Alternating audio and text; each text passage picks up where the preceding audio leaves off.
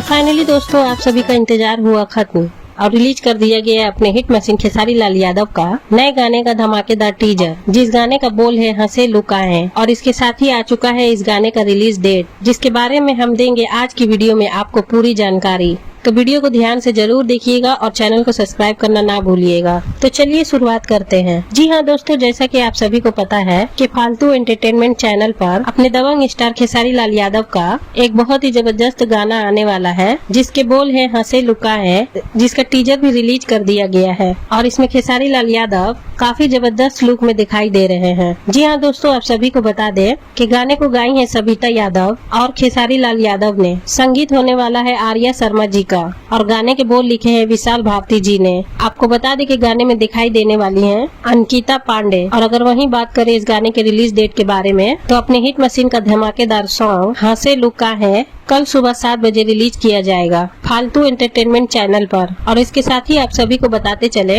कि अपने hit machine का नया गाना अहिरान पर 5 मिलियन से भी ज्यादा व्यूज हो चुके हैं और ये गाना पहुंच गया है ट्रेंडिंग में और 78 नंबर टॉप म्यूजिक वीडियो पर ट्रेंड कर रहा है। इसके साथ ही hello guys 10 million views cross है और फिलहाल ये गाना 2 नंबर ट्रेंडिंग में बना हुआ है। तो इसी के साथ मिलते हैं अगली वीडियो में।